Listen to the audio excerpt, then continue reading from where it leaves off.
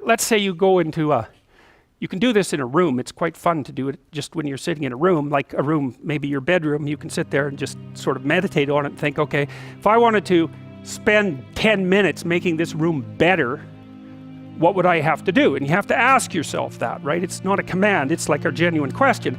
And things will pop out in the room that you like, there's a stack of papers over there that's kind of bugging you, and you know that maybe little order there would be a good thing, and there's some rubbish behind your computer monitor that you haven't attended to for like 6 months, and the room would be slightly better if it was a little less dusty and the cables weren't all tangled up the same way. And like, if you allow yourself just to consider the expanse in which you exist at that moment, there'll be all sorts of things that'll pop out in it that you could just fix.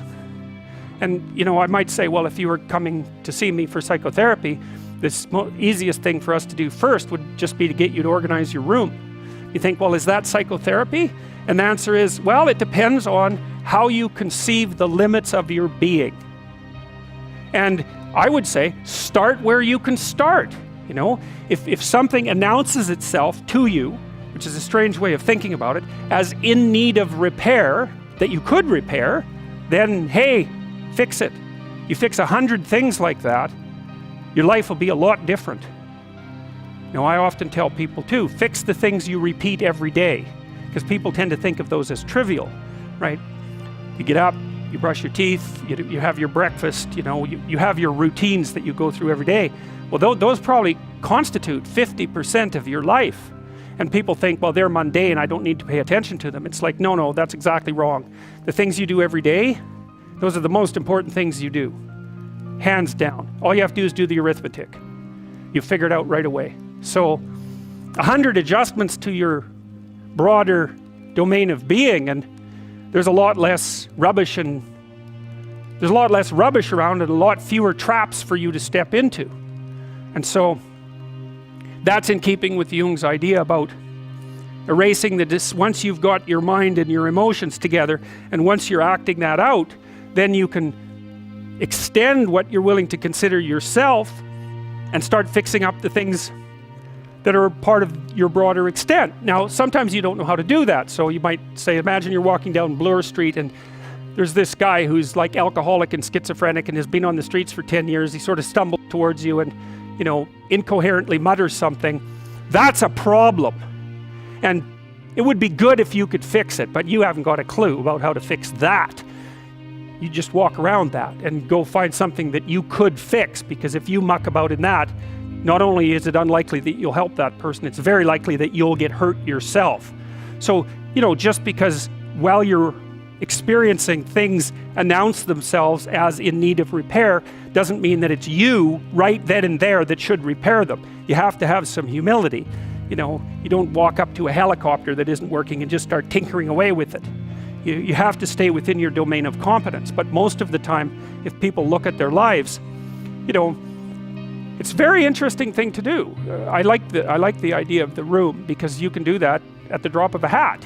You go back to where you live and sit down and think, okay, I'm going to make this place better for half an hour. What should I do?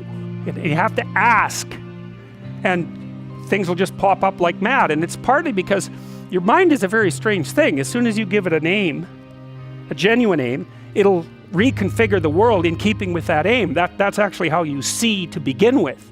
And so if you set it a task, especially, you have to be genuine about it, which is why you have to bring your thoughts and emotions together, and then you have to get them in your body so you're acting consistently. You have to be genuine about the aim, but once you aim, the world will reconfigure itself around that aim, which is very strange.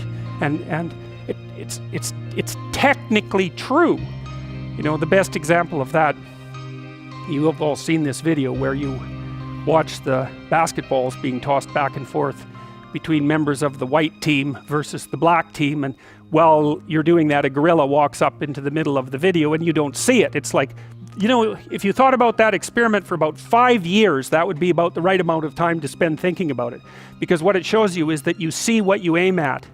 And that, man, if you can get one thing through your head as a consequence of even being in university, that would be a good one. You see what you aim at.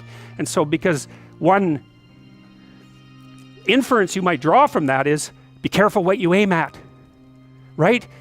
What you aim at determines the way the world manifests itself to you.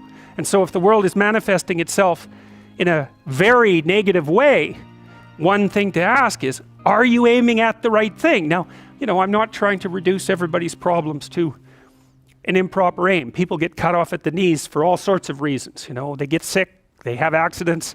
There's a random element to being, that's for sure. And so you don't want to take anything, even that particular phrase, too far. You want to bind it with the fact that random things do happen to people. But it's still a great thing to ask.